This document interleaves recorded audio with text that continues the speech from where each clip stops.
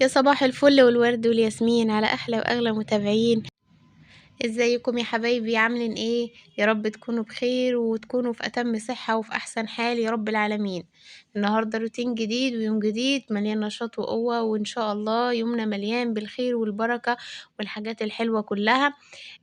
طبعا اول حاجة فتحت البلكونة وهويت الدنيا، عندي غسيل في البلكونة زي ما انتم شايفين كالعادة، عاوز يتشال وغسيل عايز يتنشر وحال ما يعلم بالله ربنا.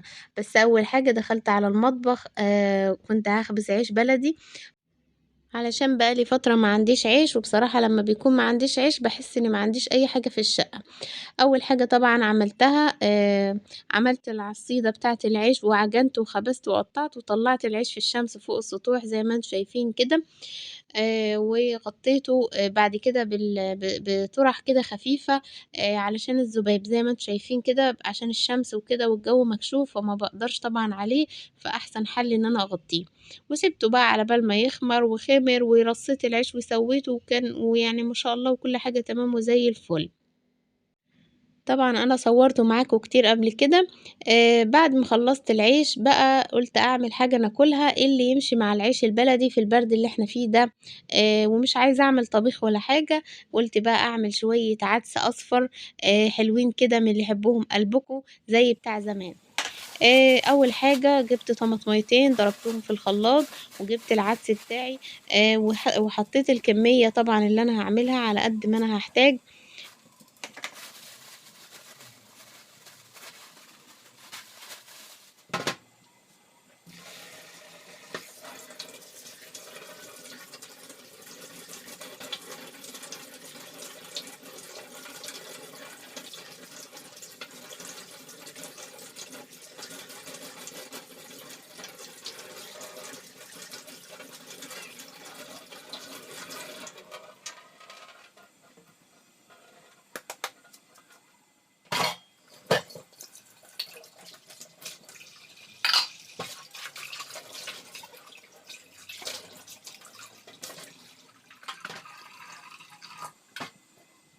طبعًا غسلته كويس جدًا لحد ما نضف وبقى زي الفل.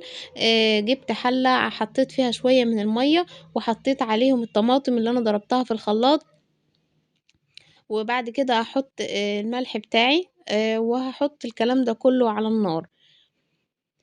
دي الطريقة المعتمدة عندي لتسوية العدس، طبعًا أكيد في طرق تانية كتير ومختلفة، بس كل واحد بيعمل على حسب طريقته. حطيت العدس وغطيته وسِبته على النار يستوي بقى براحته. طبعًا العدس بياخد سِوَى، كل ما يستوي كل ما يبقى أحلى. وقُلت بقى بما إني كنت مشغّلة الفرن عشان العيش والفرن سخن وكده، كان عندي شوية بطاطا قُلت أتسلى فيهم وأعملهم كده وأسويهم جنبي وأنا واقفة. كان ولادي راحوا الدرس والجو كده ريق، وكان بس النور قرّب يطفى، وقُلت ألحق أخلّص اللي ورايا قبل ما النور يطفى، عشان بيخلّيني أسيب كل اللي في إيدي وباقعد بقى ما باقدرش أعمل أي حاجة. والحمد لله إن أنا لحقت أخلّص العيش قبل ما النور يقطع، وكمان حطيت العدس يستوي، وكمان حطيت البطاطا، وما كانش ورايا أي حاجة. زي ما أنتم شايفين غسلتها كويس جدًا لحد ما بقت زي الفل، وقطّعت الجوانب بتاعتها، وجِبت بقى صينية، أي صينية عندِك، فرشتها بورقة من ورق الكراسات العادي بتاعة ولادنا في المدرسة، وجِبت معلقة من السكر رشيتها عليها، ونزلت عليهم بقد كوباية كده من المَيّة. وبعد كده هاغطّيهم كمان هاغطّي الوش من فوق بورقة تانية، وهالِف بقى بالفويل بتاعي. هاقفّل الصينية كلّها، وهادخّل الكلام ده كلّه على الفرن علشان تستوي، وهتبقى معانا دايبة وناعمة وزي الفل، هتشوفوها معايا دلوقتي. هنحطها في الفرن وهنسيبها حوالي ساعة تستوي براحتها، وبعد ما عدِّت تقريبًا ساعة فتحت عليها علشان أشوفها إيه الأخبار، لقيتها استوت وما شاء الله عليها ودايبة وناعمة وزي الفل.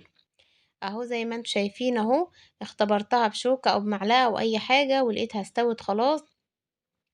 هاكشف بقى الورق اللي عليها وأحطها على الرف اللي فوق على الشبكة علشان تاخد وش على الشواية، هتبقى زي كأنك شوياها بالضبط. هنا كان النور قاطع، خلاص كان طفي النور، ومع ذلك برضه صوّرت يعني ما فيش حاجة تغلبنا. حطيت البطاطا زي ما قُلت لكم اتشوّحي قصدي خدت وِش يعني واحمرِّت ولونها جميل، بقيت زي ما يكون شاوياها بالضبط يعني، بس بدل ما بتبهدل لِك الدنيا والشوي بيبهدل الصاج ومش عارف إيه، كده طريقتها أحسن وبتبقى فيها بركة كده، مش هتنشف منِّك ولا تبوظ. وما شاء الله عليها يعني كانت تحفة جدًا، زي ما أنتم شايفين كده من جوّه مستوية وناعمة خالص وجميلة، وريحتها كمان جميلة، والسكر اللي إحنا حطيناه بيدّيها كرملة جميلة ولون حلو كده زي ما أنتم شايفين. حطّي لايك بقى جميل زيِّك وأنتِ بتتفرّجي، وما تنسيش تعملي اشتراك في القناة لو أنتِ أول مرّة تشوفيني.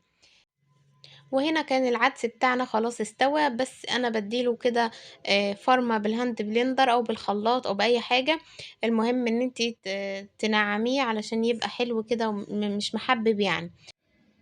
خلاص كده تمام، هاخد العدس بتاعي وهاحطه كمان مرة تانية على النار، ياخد بس كام غلوة كده علشان يبدأ يتخن شوية علشان هو لسه طري.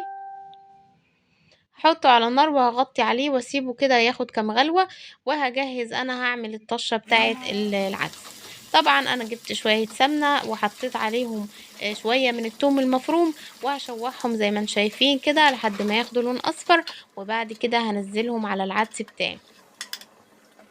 طبعًا الطشة دي هتدّي له طعم وهتدّي له ريحة جميلة، في ناس بتعمل الطشة دي بالبصل، يعني بدل التوم بتحط بصل، وفي ناس بتعمل بالتوم، فكل واحد على حسب طريقته.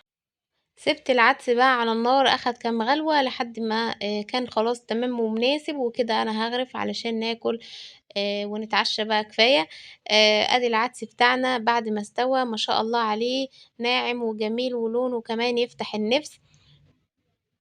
شوية العدس دول بقى على حتة لقمة كده من العيش البلدي اللي أنا خابزاه، اللي طري عامل زي الأسفنجة ما شاء الله عليه، وكُلي بقى وادّيها وحاسبي بقى لا تتخني، أنا ما باتخنش الحمد لله.